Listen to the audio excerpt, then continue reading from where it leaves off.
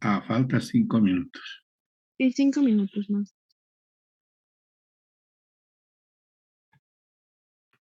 Hipertensión pulmonar es un estado de la circulación pulmonar que lo producen algunas enfermedades. Todas estas enfermedades producen aumento del tono vasomotor y de la resistencia de la vasculatura pulmonar, especialmente del tronco de la arteria pulmonar, y producen elevación de la presión sistólica de la arteria pulmonar. Entonces, repitiendo el concepto, dos cosas fundamentales. Son enfermedades que afectan la circulación pulmonar y que incrementan la resistencia del vaso. La resistencia del vaso. ¿Qué quiere decir eso? Que va a haber una remodelación de la estructura anatómica interior de la pared del vaso sanguíneo, es decir, de la arteria pulmonar. No sé si está claro. Si no está claro el concepto, lo repetimos porque eso es lo más importante. Si alguien no ha entendido, no ha comprendido, dígamelo, me interrumpen nomás. No hay problema.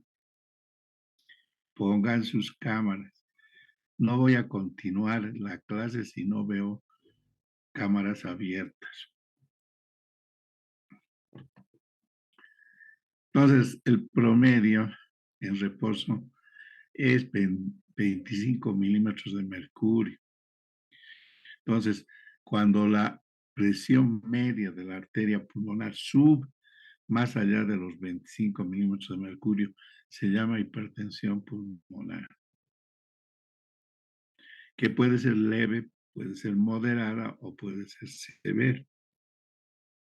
Leve cuando está entre 26 y 35, moderada cuando está entre 36 y 45, y grave o severa cuando está más de 45 milímetros de mercurio.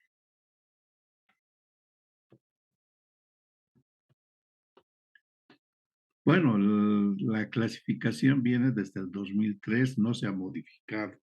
Hay algunas modificaciones en algunos textos, muy parcializados, muy individualizados en la literatura internacional, pero para la práctica médica general, de los médicos generales, la clasificación es esta: la categoría 1, la categoría 2, la categoría 3, la categoría 4 y la categoría 5. Así se clasifica la hipertensión pulmonar, tanto desde el punto de vista fisiopatológico como de la medición de la arteria pulmonar, especialmente por la ecocardiografía y por el cateterismo cardíaco. Este tema, voy a recordarles que ustedes lo han llevado ya en cardiología. Lo repetimos porque es un tema tanto cardiológico como neumológico. Corazón y pulmones están relacionados entre sí, anatómicamente, fisiológicamente y clínicamente. Eso tienen que tomarlo muy en cuenta. Anatómicamente porque pulmones y corazón están situados en el tórax, en una misma región anatómica. Fisiológicamente porque lo que hace el corazón funcionalmente lo complementa el pulmón, la parte respiratoria. Y también clínicamente. ¿Por qué? Porque los enfermos cardíacos de larga evolución fallecen o terminan sus días por complicación pulmonar. Y al contrario, los enfermos pulmonares, su complicación más importante que les puede hacer perder la vida es una complicación cardíaca, o sea, una insuficiencia cardíaca. Repito, esto para ustedes que se están preparando para la medicina general. Tienen que saber que corazón y pulmón están relacionados entre sí, anatómicamente, funcionalmente y clínicamente o patológicamente. ¿Alguna pregunta con lo que estoy hablando?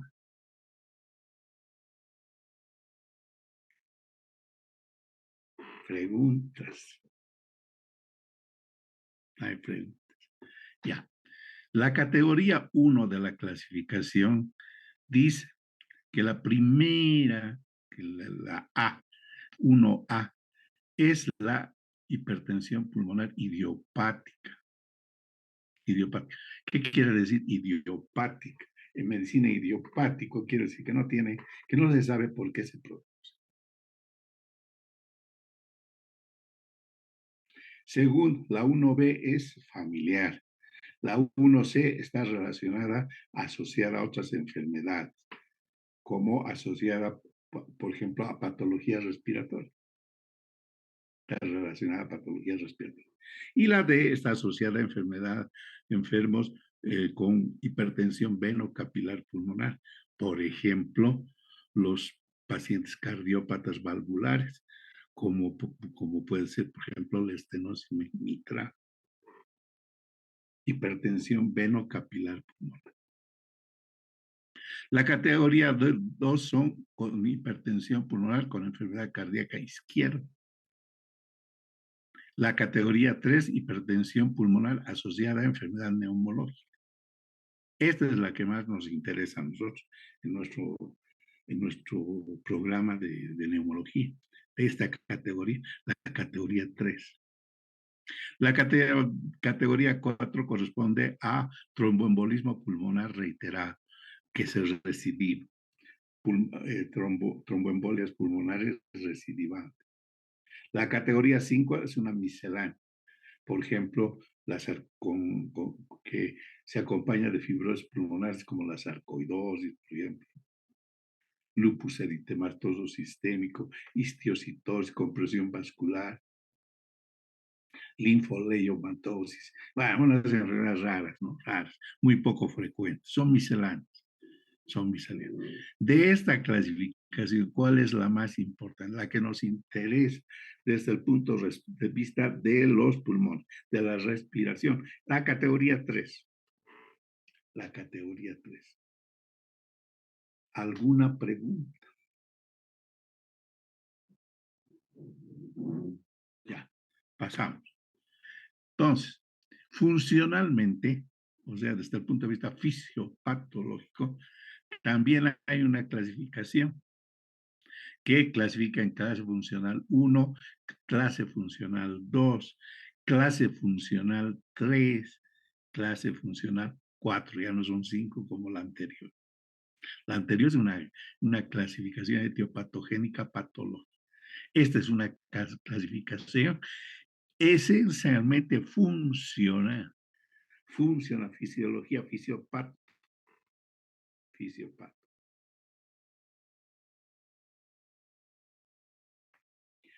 Entonces, ¿qué dice la 1? La clase funcional 1. No hay limitación para la actividad física. Es una actividad física normal, no da síntomas, pero se descubre hipertensión pulmonar. La clase funcional 2 es una ligera disminución. Produce disnea ligera. Y la 3, una marcada disminución de la actividad física, con una actividad inferior a la normal y produce disnea importante.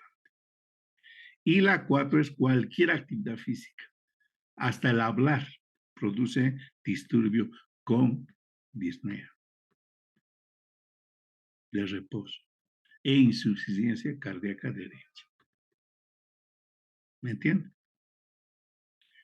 Entonces, hemos dicho que la más importante es la categoría 3 para nosotros. Esa categoría 3 puede ser clase funcional 1, clase funcional 2, clase funcional 3, clase funcional 4.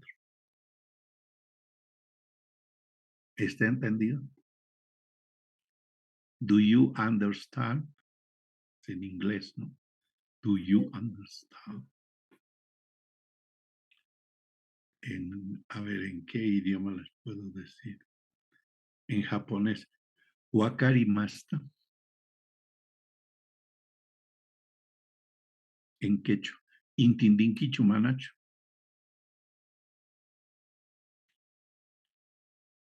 En francés. Comprends. Si no han entendido hasta aquí mi clase, he fracasado como profesor de medicina. Me voy a lanzar del puente de las Américas. Y mañana en el extra va a salir. Profesor de la Facultad de Medicina se suicida por no saber enseñar.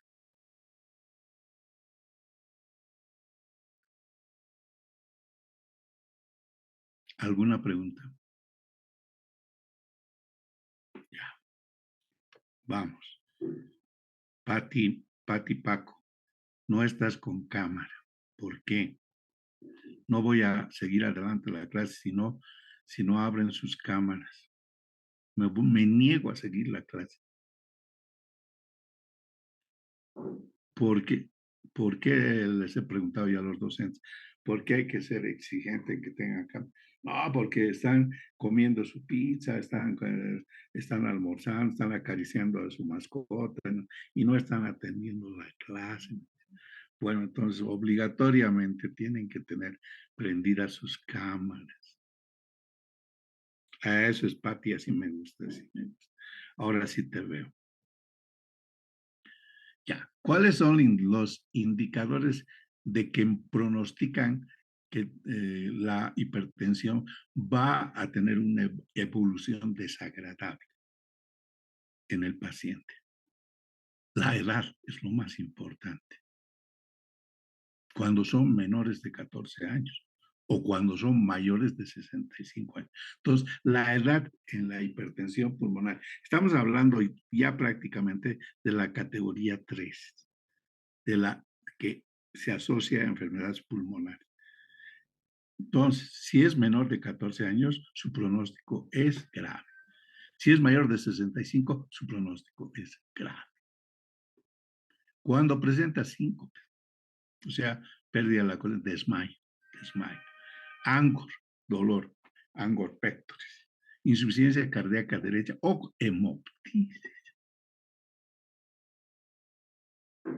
Entonces, la sobrevida para la clase funcional 3 media en nuestro medio solo en 2.5 años, hasta los 5 o 6 años como máximo después del diagnóstico.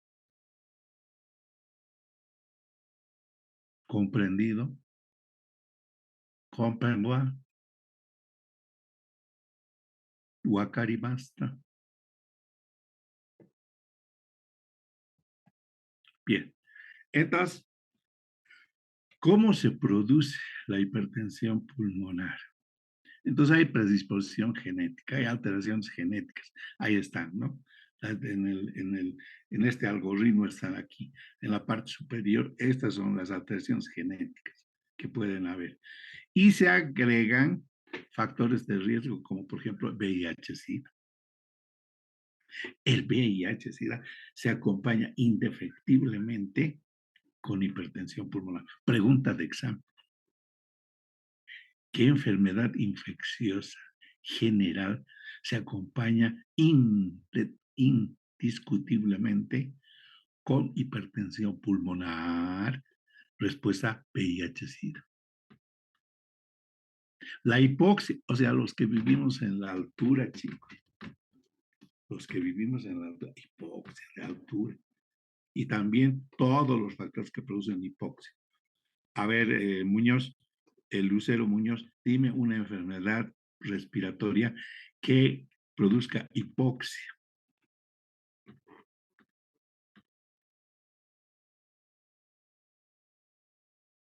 ¿Me escucha, doctor? Sí, perfecto. A ver, una enfermedad que produzca hipoxia puede ser Un EPOC. EPOC, eso, Ujú. exactamente. EPOC es una, una insuficiencia respiratoria muy importante, progresiva, y que si el paciente no deja de fumar, pues lo lleva a la muerte. ¿En cuánto tiempo con hipertensión pulmonar hemos dicho? Nos ha dicho que de grado de funcional 3 era de 2,5 años. Hasta máximo 5 años. Hasta máximo 5 años. Bueno, entonces esas dos cosas unidas, o sea, el factor genético, esa alteración genética, más los factores de riesgo, sumados hacen una injuria vascular. ¿En qué consiste esta injuria vascular? En una proliferación y disfunción endotelial. El endotelio de la arteria se remodela, hipertrofia del músculo liso, salida de prostaglandinas, toda la cascada del ácido araquidónico, y produce un remodelado vascular que lógicamente produce aumento de la resistencia de vascular y produce hipertensión pulmonar. Hay un desbalance entre vasoconstricción y vasodilatación. Ustedes saben que los factores vasoconstrictores son la endotelina, el tromboxano, la serotonina. Y la vasodilatación, el óxido nitroso, la prostacilina, el BIP. Entonces, hay una discordancia, desequilibrio entre esas dos funciones normales que tiene la pared de la arteria, la íntima de la arteria. Las trombosis in sí, inflamación, activación plaquetaria, todo eso lleva a un remodelado endovascular pulmonar inicial, progresión de la resistencia de vascular. Fácil, fácil. Han escogido una profesión muy fácil, fácil. Bueno, diagnóstico de la hipertensión, pero ¿cómo hacemos entonces el diagnóstico? En la idiopática, pues es fundamental el diagnóstico de exclusión. ¿A base de qué? De la disnea. Paciente que tiene disnea a la que no le puedes atribuir ninguna enfermedad respiratoria, ese paciente tiene que descartarse hipertensión pulmonar. Entonces, hay síntomas inespecíficos y signos sutiles que después los vamos a ver. Hay un tiempo entre la aparición de los síntomas y el diagnóstico en nuestro medio. Se ha estudiado. Ya hemos estudiado cuánto tiempo de aparición de los síntomas se produce y la diferencia en el tiempo de diagnóstico. Es decir, cuánto tiempo el paciente le ha tardado en consultar, vamos a decir, para su diagnóstico. El promedio son 2 años. Algunos pacientes, un poco más, solamente un 70% de los pacientes diagnostican a los 2 años. El otro 30% son más años, más años. Entonces, hay un ruido, un sonido en el segundo ruido intenso, ritmo de galope, no es ecuador derecho, soplo de regurgitación tricuspidia, de insuficiencia tricuspidia y pulmonar. Hay impulso para external izquierdo. Entonces, a la inspección del tórax tuve ese impulso. Onda prominente por disminución de la distensividad del ventrículo derecho. Y la onda A, ¿no? De la curva. Y la onda B prominente por insuficiencia tricuspidia. O sea, en otras palabras, ¿qué es lo más importante? Insuficiencia tricuspidia. Datos semiológicos que corresponden a una insuficiencia tricuspidia. Eso de cardiología ya lo han visto. Y un complejo semiológico. Este doctor que dice aquí, doctor Chávez, ¿no? Complejo de Chávez, ha estado cuando ha descubierto semiológicamente su complejo acá en Bolivia, en el tórax, ha dado conferencias sobre cardiología, sobre hipertensión pulmonar. Mexicano es. Bueno, ya fallecido, ya era mayor que incluso cuando había llegado aquí. Entonces, ¿qué dice el complejo de Chávez? Es un conjunto de manifestaciones semiológicas clínicas que te hacen sospechar la hipertensión pulmonar. ¿Cuáles son? A la inspección, a la palpación, a la percusión y a la auscultación del tórax cardíaco, o sea, del examen cardíaco. Inspección, hay levantamiento sistólico en el segundo espacio intercostal izquierdo. Eso se debe a la dilatación de la arteria pulmonar. A la palpación, hay choque del cierre pulmonar palpable, reforzamiento del segundo flujo. A la palpación. A la percusión hay matidez a 2.5 centímetros fuera del borde paresternal izquierdo. Eso nos está dando la dilatación del tronco de la arteria pulmonar. Y la auscultación, segundo ruido, lo que se llama desdoblado, hiperfonético, aumentado, cierre violento de la válvula pulmonar en el foco pulmonar auscultatorio cardíaco. Semiológicamente eso es hipertensión pulmonar según el profesor Chávez. Y eso se mantiene en nuestra experiencia. Los neumólogos y los cardiólogos, los cardioneumólogos, porque en realidad la especialidad no debería llamarse neumología ni cardiología solo, por la relación que les he mencionado, por la relación anatómica, funcional y clínica del corazón con el pulmón. Deberíamos ser, los neumólogos debemos saber cardiología sin ser cardiólogos. Y los cardiólogos tienen que saber neumología sin ser neumólogos. Por esa circunstancia, por esa relación anatómica, fisiológica, y la tercera es la clínica, patológica, el corazón y pulmón. En nuestro medio, en La Paz, yo conozco solamente un cardioneumólogo, un NIC. Los demás somos los neumólogos puros o cardiólogos. Pero igual tenemos que saber cardiología los neumólogos y los cardiólogos tienen que saber neumología. Y el médico general, ni qué se diga, pues, es general, general. No es coronel, ni soldado, es general. O sea, alto nivel, el médico general. Los especialistas, a veces dicen, no, es que es médico general. No, no, no, si es médico general, tiene alto nivel,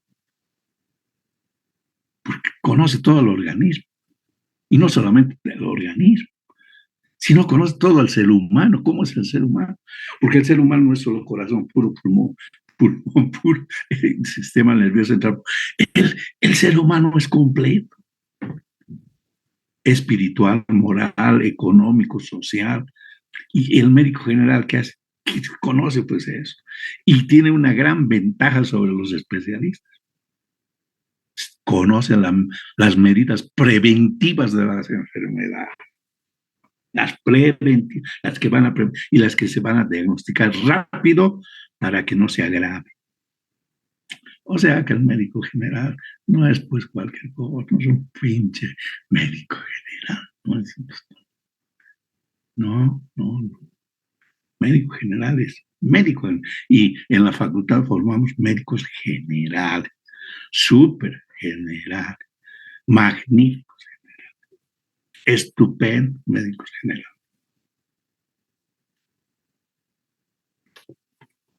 ¿Alguna pregunta con el complejo de Chávez?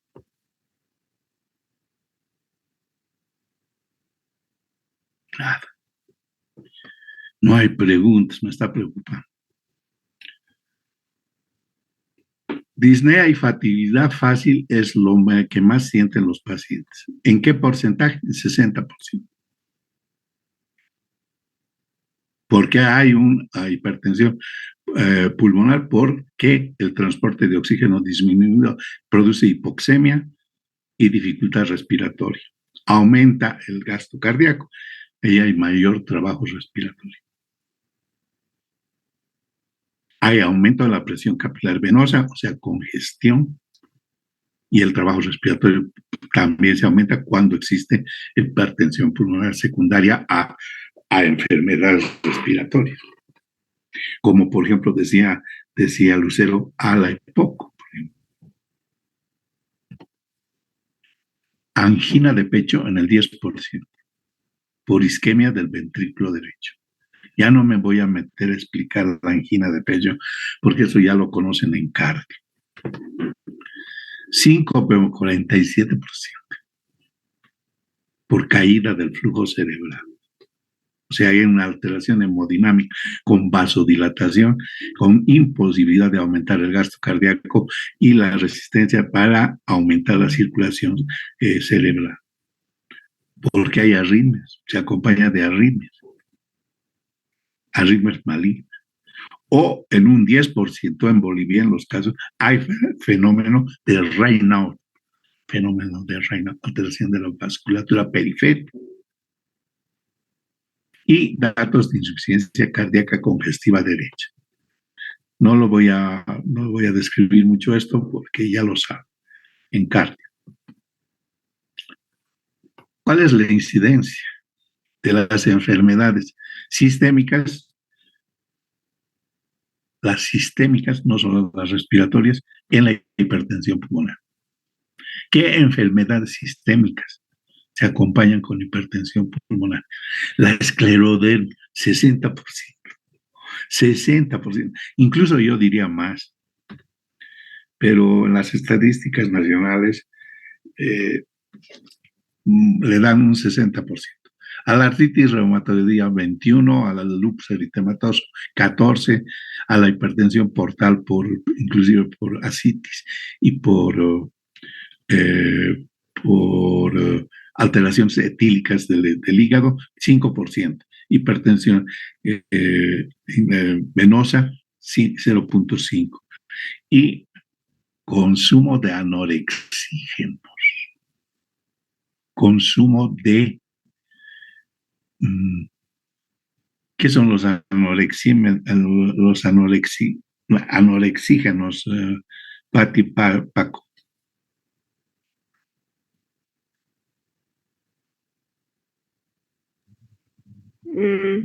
Doctor, como su nombre lo indica, serían los que provocan anorexia.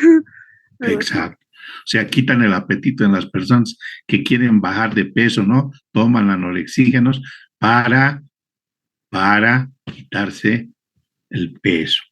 Entonces, esas personas actualmente en el mundo llegan a 50 millones de personas que toman anorexígenos. Y en nuestro medio hay alrededor de 25,000 personas que toman anorexígenos, mujeres sobre todo, que hacen dietas y complementan su dieta para no comer con anorexígeno. ¿Estamos? ¿Qué les parece? ¿No hay comentarios sobre estos porcentajes?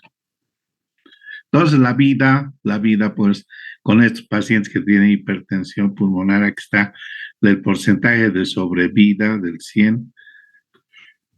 A los 5 años, pues, la sobrevida es muy, muy baja, ¿no? El diagnóstico de hipertensión pulmonar. O sea que es una enfermedad mortal, prácticamente.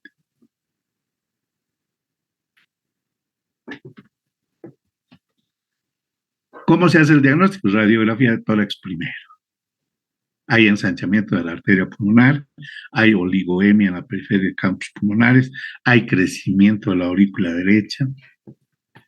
Ahí está. Es una paciente que tenía un globo en la arteria pulmonar. Fíjense a ver cómo se ha remodelado la arteria pulmonar como un aneurisma. Esto no es el botón aórtico, es la arteria pulmonar. está ocultando al callado aórtico aquí. Y esta es la arteria pulmonar. La rama derecha, fíjense ustedes qué amplia, qué ancha, ¿no? Hay cardiomegalia a predominio del derecho, del ventrículo derecho. Bueno, una más moderada, aquí está. Si descubrimos en esta etapa, por ejemplo, la hipertensión arterial, estamos haciendo un gran bien al paciente porque va a iniciar tratamiento. Pero si lo descubrimos aquí, pucha, ya, el pronóstico es malísimo, malísimo. Entonces, lo importante es la deformación, irregularidad del botón de la arteria pulmonar, del cono de la arteria pulmonar. Se llama también en radiología rectificación del cono de la arteria pulmonar. Ahí está, con las flechitas y más el esquema, lo van a entender perfectamente. Si alguien no lo entiende, me dice, me pregunta. ¿Estamos?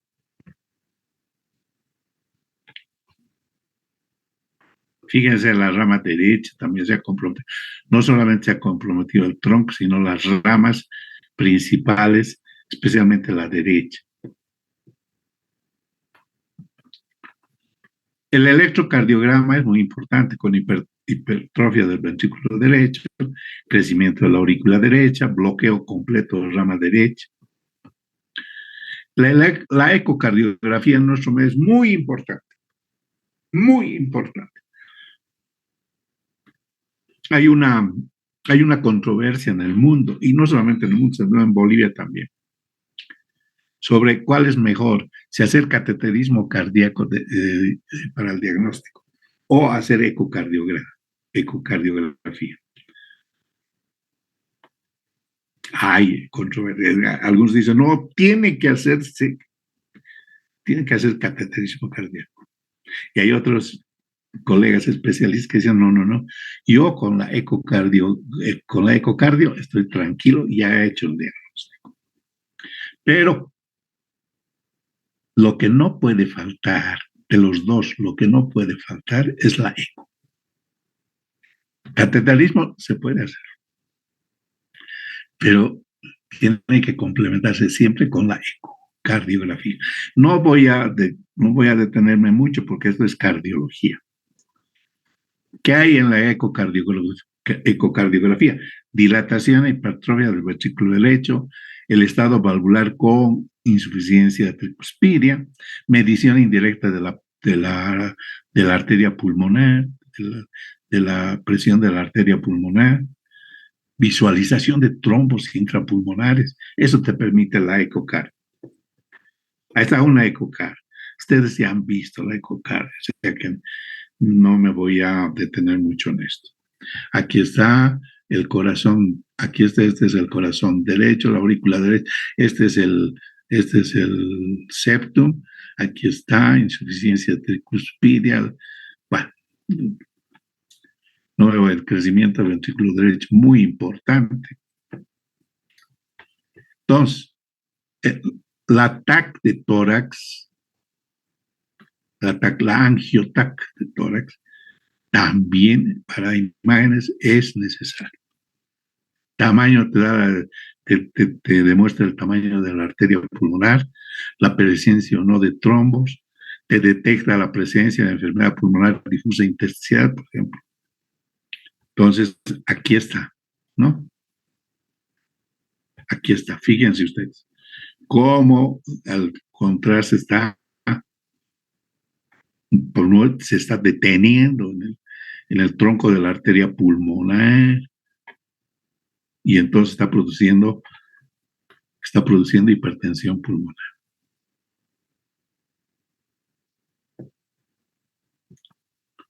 Entonces, ¿qué hacemos? Vamos a hacer tratamientos. Y el tratamiento fisiopatológicamente hay que seguir una vía de la endotelina. ¿Con qué medicamentos? Con la preproendotelina, la proendotelina, las endotelinas en general.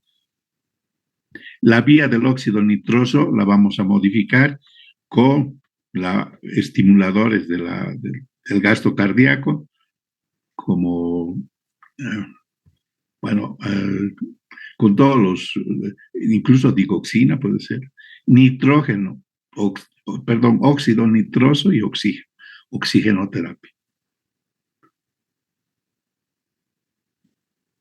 Y la vía de las prostaglandinas con antagonistas receptores para mejorar la transformación del AMP cíclico en prostaglandina 1, prostaglandina 2, que remodelan la vascularidad. Y aquí los inhibidores de la fosfodiesterasa, tipo sildenafil, tadalafil, etc. Ese es el tratamiento que hay que hacer. Entonces, vasodilatadores como el nitroprusiato de sodio, el isosorbide, estimulantes de la guanilciclasa como el óxido nítrico y oxígeno, hemos dicho, oxigenoterapia, antagonistas de la endotelina como Bosentan, el epoprostenol, el sildenafil, ese es el más utilizado, el sildenafil. Y los bloqueadores de los canales de calcio como el diltiazem, la felodipino, etc. Y cambio de hábitat a nivel del mar, hay que decir. Tienes que irte a vivir a Arica. ¿Qué diría uno de ustedes si yo les detecto hipertensión pulmonar y le digo, tienes que irte a Arica en este momento? Ya tienes que listar tus cosas, irte a vivir a Arica. ¿Qué me dirían? Está usted loco, doctor. Yo en Arica no conozco a nadie. No tengo casa, no tengo trabajo, no tengo amigos, no tengo absolutamente a nadie. Ni siquiera a Santa Cruz me puedo ir, doctor, no, porque no conozco. Entonces sí es una por eso está con interrogación en la diapositiva. Hacer esa indicación de bajar al nivel del mar o cerca del nivel del mar involucra muchas cosas para el paciente. Muchas cosas. ¿Qué porcentaje de nuestros pacientes cumplen esta indicación del médico? Cero. Cero. Muy pocos. Yo diría 0.1 a 0.5 como máximo. No puede. Entonces hay que hacer el tratamiento aquí en La Paz. Oxigenoterapia, óxido nitroso y sobre todo sildenafil. Sildenafil. Medidas generales como la alimentación. La alimentación tiene que ser sobria, no pesada, en base a verdura y frutas, actividad física, una rehabilitación con fisioterapeuta muy dirigida, control de la natalidad, una persona de sexo femenino, de género femenino, en edad fértil, no puede embarazarse si tiene hipertensión pulmonar. Está contraindicada el embarazo en la hipertensión pulmonar, pues se pone en peligro la vida de la paciente y la vida del futuro ser. Entonces, desplazamientos muy controlados, apoyo psicosocial, que es muy importante para el médico general, prevención de las infecciones. Las infecciones aumentan la hipertensión pulmonar y puede haber cirugías selectivas, como por ejemplo el trasplante pulmonar y cardíaco en bloque. Eso no lo podemos hacer en Bolivia, lamentablemente. Y listo. Con eso hemos terminado la clase, chicos. ¿Alguna pregunta? Preguntas.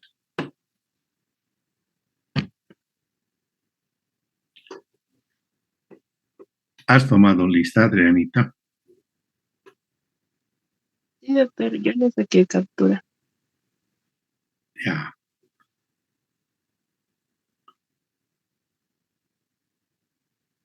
Alex, unas palabras para agradecer tu trabajo. Como esta es la última clase, la clase más triste de la rotación. Es la última clase.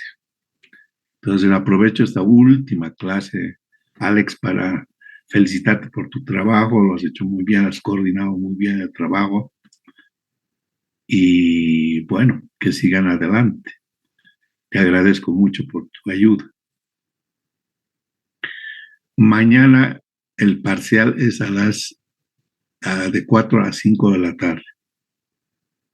Lo vamos a hacer por una plataforma sorpresa, que yo la tengo. No, es mentira, no es sorpresa. Ya la conoce. es por encuesta, en tarea de encuesta de Classroom. Entonces les voy a pasar el Classroom, el código, van a inscribirse con sus correos particulares nomás, no institucional, correo particular nomás, ¿listo? Y bueno, van a ser 18 preguntas también, 18 preguntas de elección múltiple. ¿En cuánto tiempo resolveríamos las 18 preguntas? Alex, a ver, tú que eres el capo, el jefe, dime, ¿en cuánto resolvemos?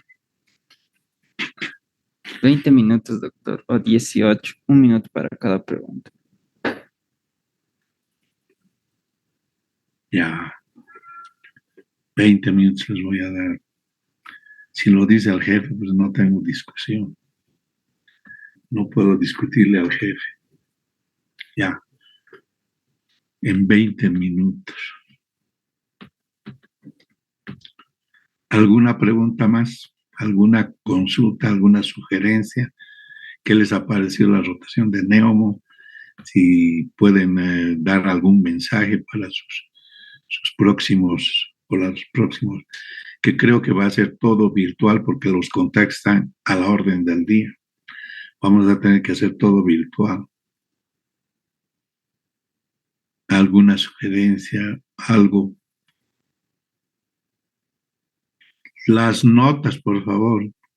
Reclamen las notas a sus docentes. Me ha llegado solo del doctor Añamuro y de nadie más.